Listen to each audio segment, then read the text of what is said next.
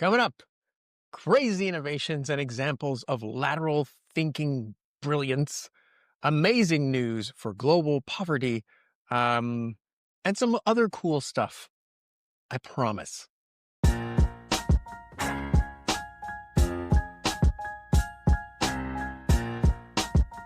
Welcome to Total Nileation, your existential halftime, bringing you the news that others won't, because good news doesn't sell dish soap. I am Niall Sigay, aka Optimist Prime. Welcome to the treehouse.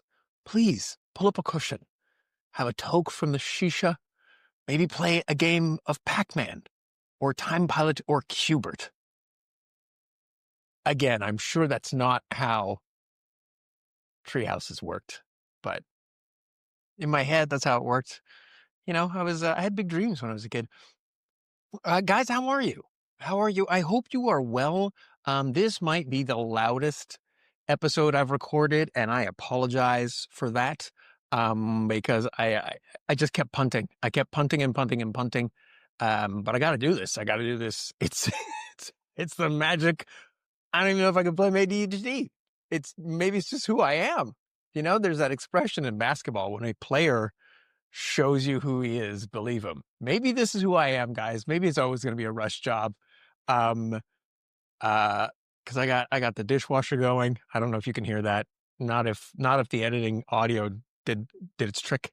And also, I was like, I can't wait anymore. I was waiting for the air show to stop. It was supposed to have stopped, like, I think at 3. I'm recording this at 3:30. So yeah, if you hear roaring jets, I'm not in a war zone. It's just the Harlem Globetrotters of air combat. Yeah, listen, I hope you're well. I had a mixed bag week. Strong start, and then a little wonky end that I'll get to later in a bit. But I have a lovely time at Fan Expo. Thanks to everyone who came out. Super fun. Good times. A little something for the YouTube people. I am so sorry. I have no idea when this is going to go up. Um, I'm a one-man show here. And I have obviously, fallen very far behind on my video posts, which I'm hoping to take care of very soon. But if not, I do what I can. But yeah, guys, I hope you're well. I hope you're having a lovely end of the summer, and a lovely long weekend, because I know a lot of you have long weekends. I can never tell. I'm self-employed. They just sneak up on me.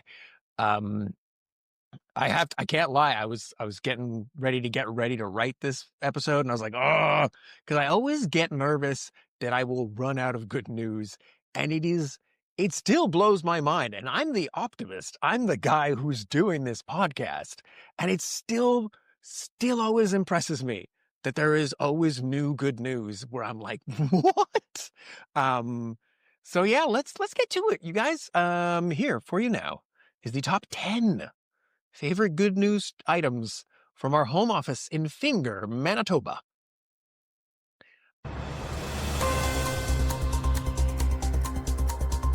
Okay, here's a little something. A major win for the Everglades came this month when a federal judge in the United States of America ordered Florida and the Trump administration to stop expanding and begin dismantling the controversial immigration detention facility known as Alligator Alcatraz.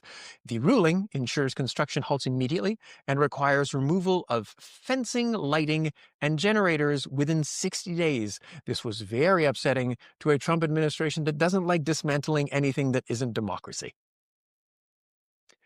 Judge Kathleen Williams emphasized that this decision upholds long-standing promises to restore and protect the fragile Everglades ecosystem, home to endangered species and the vital Miccosukee, apologies for the mispronunciation, tribe's traditional way of life. Environmental groups hailed the ruling as proof that federal laws protecting nature and community rights cannot be ignored, to which civil rights groups responded, "Really? That's your problem with all of this? The location. That was the issue with Alligator Alcatraz." Uh, Advocates say the decline of the facility's population and the blocking of its expansion not only safeguards wildlife like the Florida panther, but also strengthens tribal sovereignty and ensures public voices are respected. Also, did anyone else know the Florida panther was an actual animal? I and not a like just like a poorly named hockey team. I am shocked. I really thought that was just a bunch of people in Florida being like, I don't know, what's a cool animal? Panthers, yeah, because they couldn't call their NHL team the Florida Gators. I included this. I know this is an American centric story, so you're like, what's that about?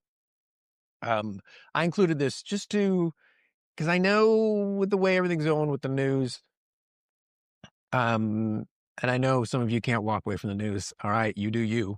But I know it is very easy to start believing that all is lost and that resistance is not happening. But I think, especially with the way, let's not get into it, but with the way certain things are going now in terms of reporting, I would like to think that for every instance of resistance that you hear about, there's probably about like 20 more that you're not hearing about. I don't think this is as far gone as we have been led to believe. Um, Moving on, number 9. People who get hearing aids in their 60s to combat early stage hearing loss could slash their risk of developing dementia compared to those who don't. That's according to a new U.S. study which followed 245 people with reported hearing loss for 2 decades. It found that those using hearing aids had a 61% chance lower, a 61% lower chance of developing dementia. I was going to make a joke here, but 61% is a bonkers number. Like, I'm going to get mine right now. I know I'm in my 50s, but I'm getting ahead of this. I'm getting ahead of it. And what harm could it do? If I have regular hearing now, get a hearing aid, now I have super hearing. It's going to be cool for about a few decades, depending on how long my hearing lasts. Although that might lead to dementia if I have like stuff and I'm like, hey, did you guys hear that? And everyone's like, no, what are you talking about? This finding highlights the importance of early intervention for hearing loss for possible prevention of dementia, concluded the study published in the journal JMA Neurology. The work follows the results of another study in April, which estimated that hearing loss is a factor in as much as 32% of cases of dementia. Um, Listen, if you have a parent over 60, just you now know what you're getting them for their birthday. Even if they're saying, nah, my hearing's good. Who gives a shit? It's 61%. Fucking humor me. Number 8. There's going to be a through line here in this episode that I totally did not intend. It's just the way the stories came out. Indonesia is seeing real progress in reducing poverty, with recent data showing both overall poverty and extreme poverty rates continuing to decline. Okay. Sorry, I'm getting ahead of it. I don't know why I would do that. Just say the words, Niall. Between September 2024 and March 2025, the number of people living in poverty fell by 200,000, while extreme poverty dropped by 400,000, bringing the total down to 2.38 million people living in poverty and extreme poverty. I think is what they're going for there. Just to say it, what is Indonesia doing to see this kind of pace of result? This is a year, not even. You guys would probably be better at math. What's that, 6 months? Like, what are they doing? As long as it's not crypto, every nation needs to just fucking copy and paste their system. We need to do whatever it is they're doing. Coordinating Minister for Community Empowerment Abdul Muhaimin Iskangar, really sorry for the butchery that I probably did on that, highlighted that this encouraging trend is the result of ongoing empowerment programs designed to help people transition from poverty to independence and prosperity. And just as importantly, Indonesia has a coordinating minister for community empowerment. That's probably a huge part of it is deciding that, oh, I don't know, maybe community is important enough to get a coordinating minister, maybe. maybe to see results, you have to start giving a shit about that thing. And before you Google it, Canada doesn't have anything like that. Anything. I don't think the States does either. That's fucking embarrassing. Looking ahead, the government is doubling down on its ambitious target of eliminating extreme poverty entirely by 2026. That's crazy. Dude, that's 3 months from now. You fucking go, Indonesia. This effort includes close coordination between ministries, philanthropic organizations like the National Alms Agency, BASNAS. That's in parentheses. I guess that's what they call it. And data-driven policy making to ensure solutions are sustainable, accurate, and well-targeted. By focusing on empowerment and collaboration, Indonesia is not only lifting millions out of poverty today, but also laying the foundation for a stronger, more inclusive economy in the years to come. Also, as soon as I get a stable income and I can move, I'm going to start applying for citizenship. I can broadcast from there, right? Number 7, again, in keeping with the theme, Argentina is seeing a remarkable social turnaround. Urban poverty has dropped to its lowest since 2018, falling to 31.6% in the first half of 2025. Even more striking, extreme poverty plummeted from 18.2% to 7.4% in just 1 year, lifting millions of people back above the threshold of basic survival. This rapid improvement comes after one of the country's worst crises in decades, when poverty soared past 50% in early 2024. I felt like I had to whisper that. That's rough. The shift has been powered by slowing inflation down to just 1.6% in June, and real wage growth that finally outpaced rising costs, giving families renewed purchasing power. For the first time in years, essential goods like food have become more affordable for low-income households. There's a bit more to this story, but I just wanted to include it to show that some people in the world are coming out from under. I know, again, if you're watching not just the news, but let's call it as we see it, social media. If you're scrolling through that, if you're doom scrolling, which you might be, I wish you wouldn't, but you do you. It might also feel like everyone is poor and it's getting worse, but it's not for everyone. Number 6, what began as a quirky, I like this one. I'm surprised it's number 6. I'm surprised it's not higher in the rankings. What began as a quirky idea has grown into a powerful movement. The plastic cup, Pet Kupa, is in parentheses, so I guess that's the name in the original language. A river cleaning competition on Hungary's Tisza River, where teams race to collect the most trash while floating on boats built from plastic bottles fished out of the water. Since its first run in 2013 with just 4 boats, the event has exploded into multiple annual competitions with more than 60 teams from across Europe, drawing in students, NGOs, companies, and families. Together, participants have removed over 450 tons of plastic waste from the Danube and its tributaries, and prevented more than 1,200 additional tons from entering the waterways. Beyond the cleanup, the project shows that more than 60% of river plastics can be recycled into useful products like kayaks, turning pollution into possibility. Also, just to say it, whoever came up with this should get some sort of Nobel Prize for somehow making boating interesting. That is witchcraft. Like, honestly, every regatta should adopt this practice. Like, let's see if we can actually make some rich people useful. Let's see if that's even possible in our world. I remember, like, in a previous episode, very early on, I was talking about that town. This was in that book, Humankind, which, again, if you haven't read it, you got to read it. It's a great book. But it talked about this one town in Germany that turned a Nazi march into a fundraising parade for anti-Nazi groups just by marking the street where the Nazis which marched down. So then you just were kind of like, they were just cheering them on because they knew that every time they took a step, every time the Nazis took a step, that meant more money for these groups. Um, and it turned a thing that could have gotten really ugly and been really like gross and negative into something that's less gross. And I just love lateral thinking solutions like that. And that's what this is. It's so great. We need way more of this because honestly, guys, that's our strength. That is our corner. If you have an idea like for something like this and you're thinking, oh, who am I? I don't know. Dude, do it. Do it. Just please shoot your shot or email me and I'll do it. Totalnihilation@gmail.com. Please, for the love of God, we just need more of this.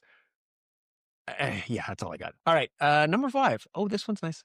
Again, it's America. Which is a little North American centric, but here we go. Because speaking of lateral thinking, here's another one that I really hope catches on across the world, if not at least North America. Seattle voters have renewed the city's Democracy Vouchers program, a first of its kind system launched in 2015 that gives every resident 4 $25 vouchers to donate to local candidates.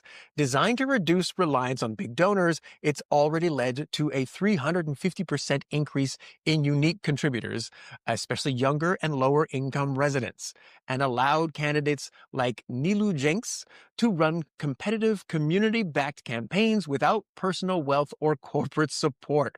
Upon hearing the news, Elon Musk performed a $5,000 spit take of coffee made from unicorn tears.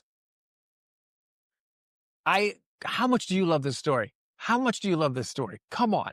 The renewal guarantees 4.5 million annually for the next decade, solidifying Seattle's lead in citizen-funded elections.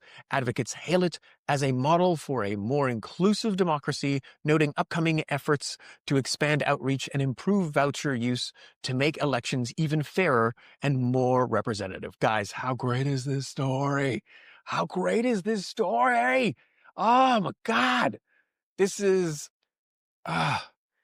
I swear to God, if that story was ice cream, I would probably get diabetes in about a month because it would just never stop.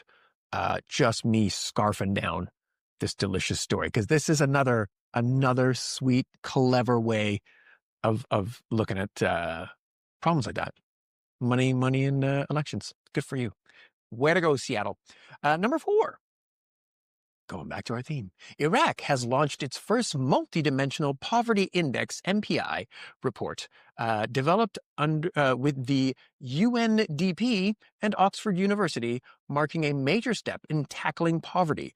Unlike traditional measures, the MPI tracks deprivations in education, housing, digital access, health, and living standards, giving policymakers a clearer roadmap for action. God damn, way to go, Iraq.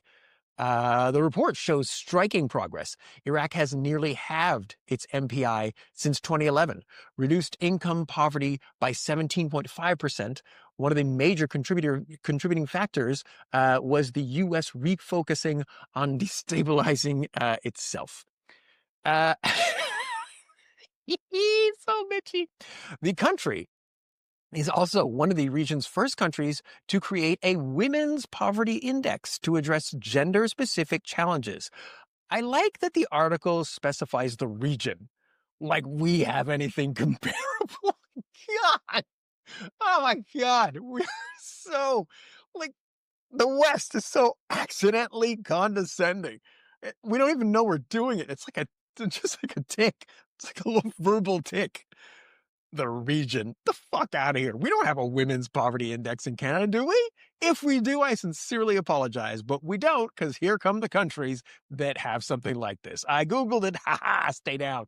Offhand, the countries that have something like this are Bolivia, Chile, Colombia, Costa Rica, El Salvador, Honduras, Mexico, Panama, Dominican Republic, Uruguay, Solomon Islands, Tonga, Fiji, Indonesia, the Philippines, Angola, Malawi, and Mozambique. Wow, they really misspelled Canada. No, they didn't. They didn't at all. If we put more effort, if we put as much effort into being progressive as we did into thinking that we're progressive, we would have it would be Star Trek country. We would have the utopia. I'd be getting tea Earl Grey hot. I don't even like that, but I like to say it like Picard. Going back to the story. These advances give Iraq a stronger foundation for inclusive development by factoring in employment and household shocks such as climate change and income stability. The MPI offers a uniquely relevant tool for the region. But what's more surprising, I wasn't able to come up with some kind of joke related to the Trump administration and someone being a regional tool. Um, I think maybe it was just like the embarrassment, like just the overwhelm of choice. You know, when you get on Netflix and there's just too many things, and then you try to go on Rotten Tomatoes and be like, I'll just narrow it down by the good shows, and you're like, there's so many good shows. I feel like that's what happened. Just too many regional tool jokes.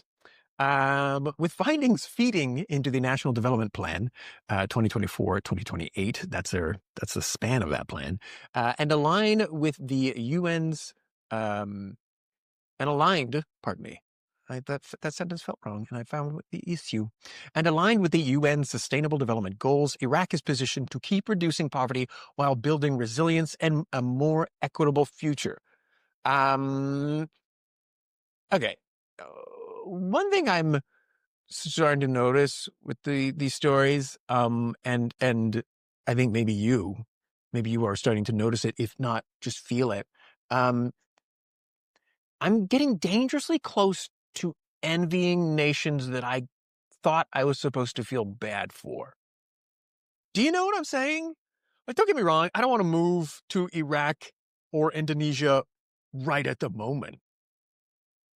But I have a sinking feeling that I will really want to do so maybe 10, 15 years from now. Good for them, man. Nice work.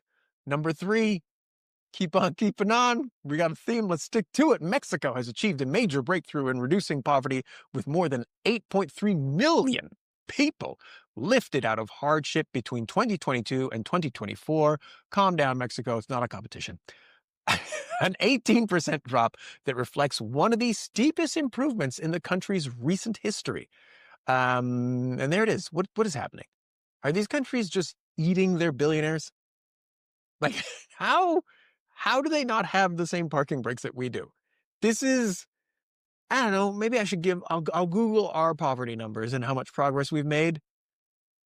But I feel like that would have been a story that I would have heard about. I don't think, what are they doing? Extreme poverty fell by 23% and moderate poverty by 16%, as access to food security, social security, and dignified living conditions all improved. In a related story, this news and the coining of the term moderate poverty has given many stand-up comedy schools a new name for their programs. You want to major in moderate poverty through stand-up comedy?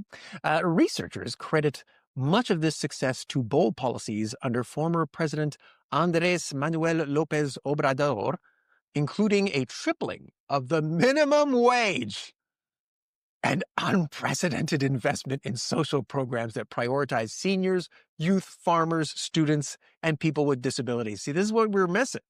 This is what we need: more Obradors.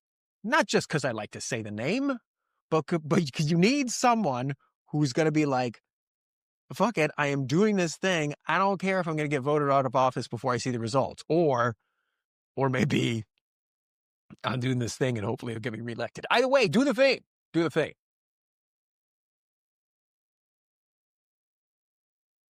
You know what? Watching countries do stuff like this when your country doesn't is like, you know what it's like? It's like watching other countries do stuff like this when your country doesn't. I mean, it can be done. Literally. No reason that we can't improve poverty. I don't want to be a dick. I don't think I'm out of pocket saying if Mexico and Indonesia can do it, I kind of feel like Canada, at least.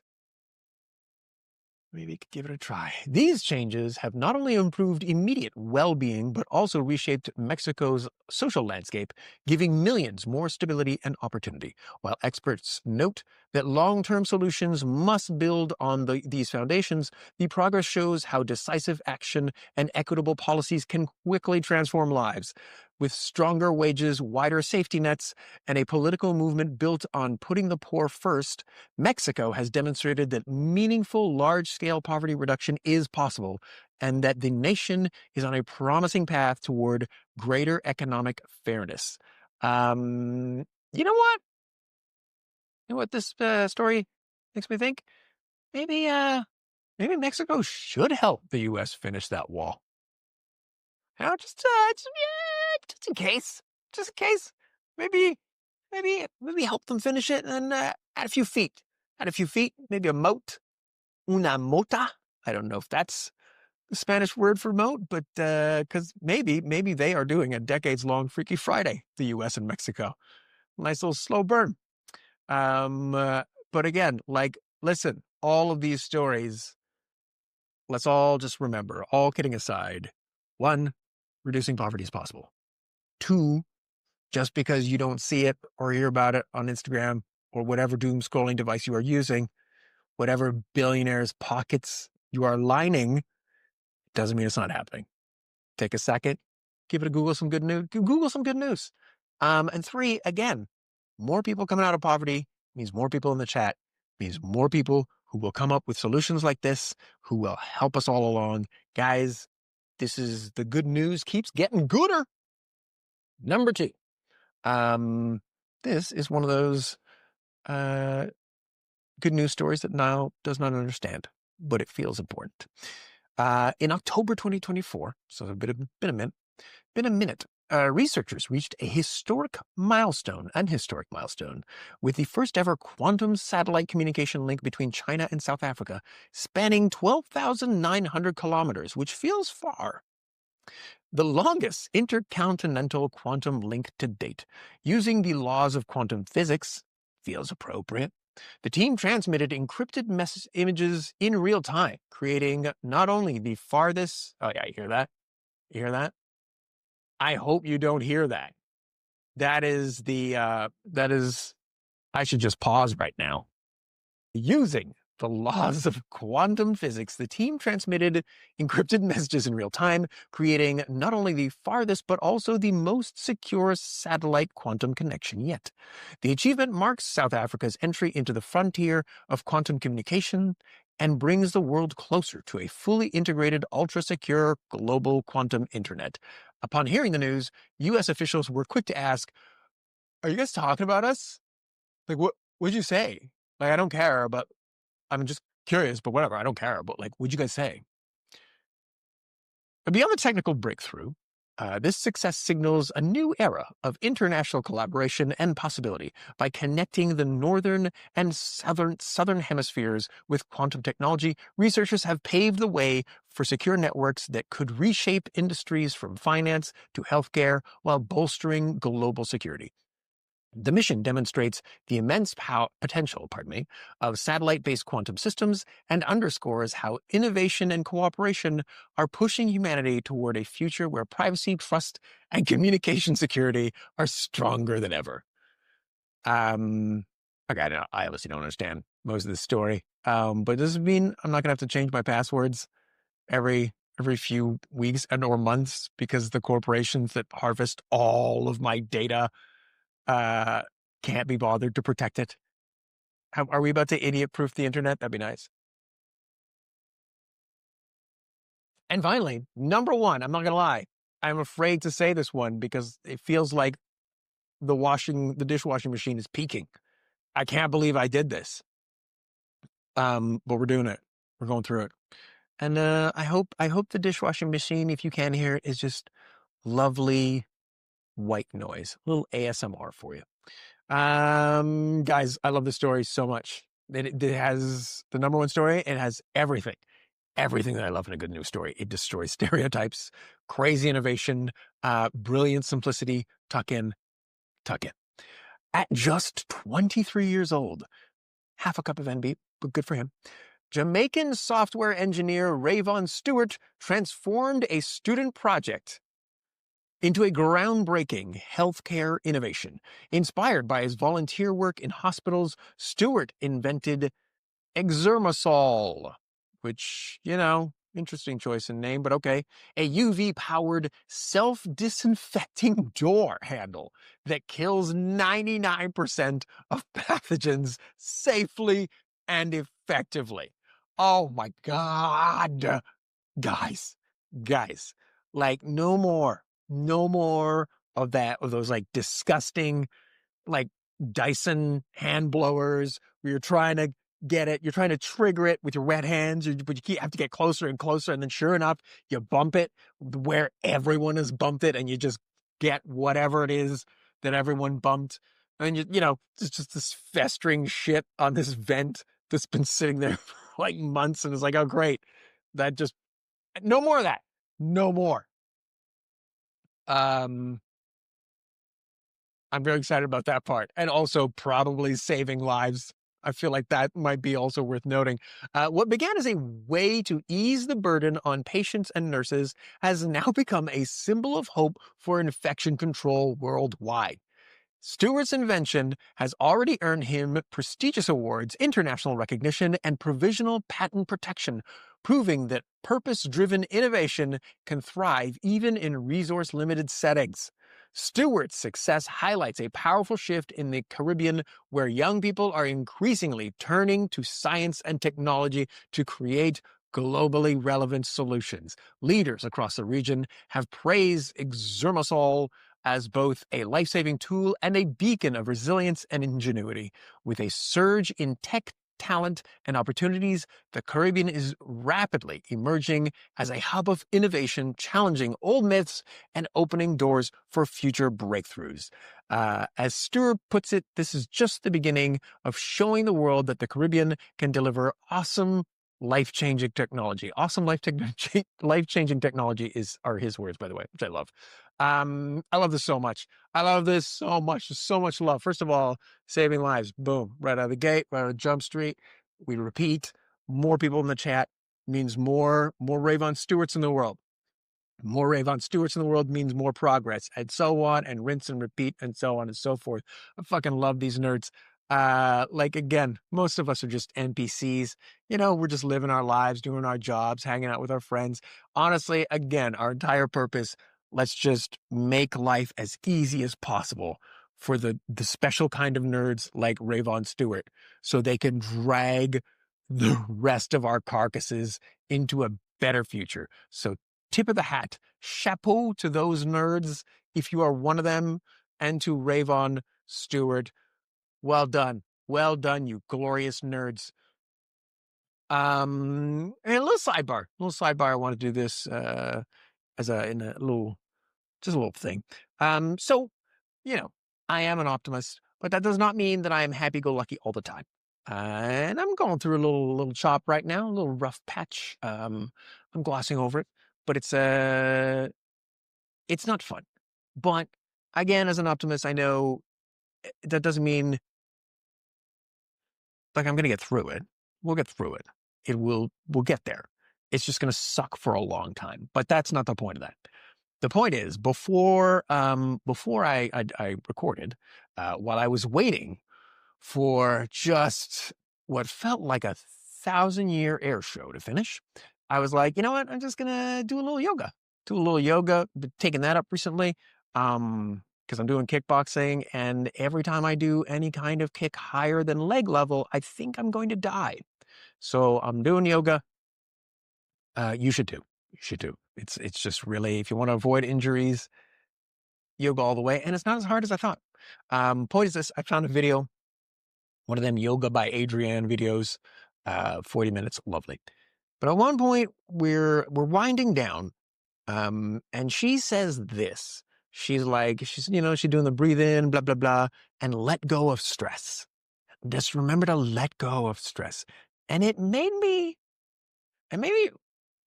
realize, think, remember something, which is this. We like to say that. We like to say, let go of stress. And it's well-intentioned and incredibly dumb because you can't let go of stress until you've acknowledged and processed the stress, right? And so I feel like if you're like me, like people telling you let go of stress always landed weird. It always felt like something's wrong with that, but I don't know what. Because you're there, and it's not like you're clutching to the stress. You're not doing it on purpose. Like, does this person honestly think that the only reason I'm stressed out is that it did not occur to me to not want to be stressed out? Is that what you're thinking? No, obviously not. Obviously. But you can't let go of stress until you've acknowledged it. So listen, before you let go of stress, or if you want to let go of stress, fucking vent. Vent. Either in a journal, to yourself when you're by yourself at the house, your apartment. Uh, uh, there's a bunch of, you can Google crisis lines. Just drop them a line. Just fucking lose your shit, man. If you have a therapist, great. If you have a friend, great.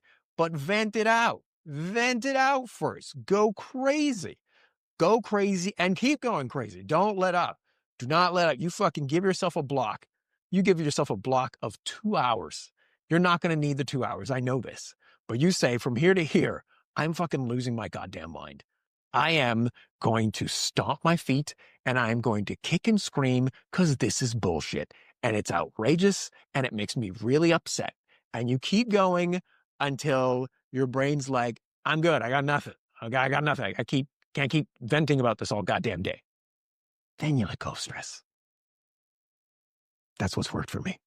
Guys, that's it for the episode. I hope that was useful. I hope you enjoyed some of the stories.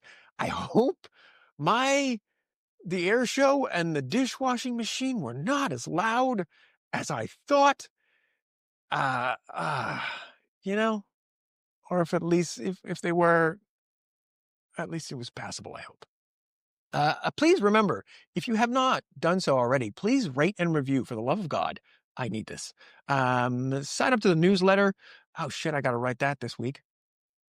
I should have thought that part. It's on my site or maybe in my bio. It's just extra good news stories. I'm trying to minimize the number of good news stories I leave on the cutting room floor. It's pretty goddamn hard. Please follow me on socials at Niall Seguin. I have a great fun Dungeons and Dragons podcast called Comedians in Dungeons Getting Dragons, which you should give a listen to. It's a fun listen. Next episode's coming out next week. And please support me if you can at buymeacoffee.com/total Nileation, TOTALNILEATION, I think. And same thing if you want to email me, totalnihilation@gmail.com. And that is it, guys. Remember, if you cannot be a shining example, be a terrifying warning. Let's get on 3, everybody. 1, 2, 3.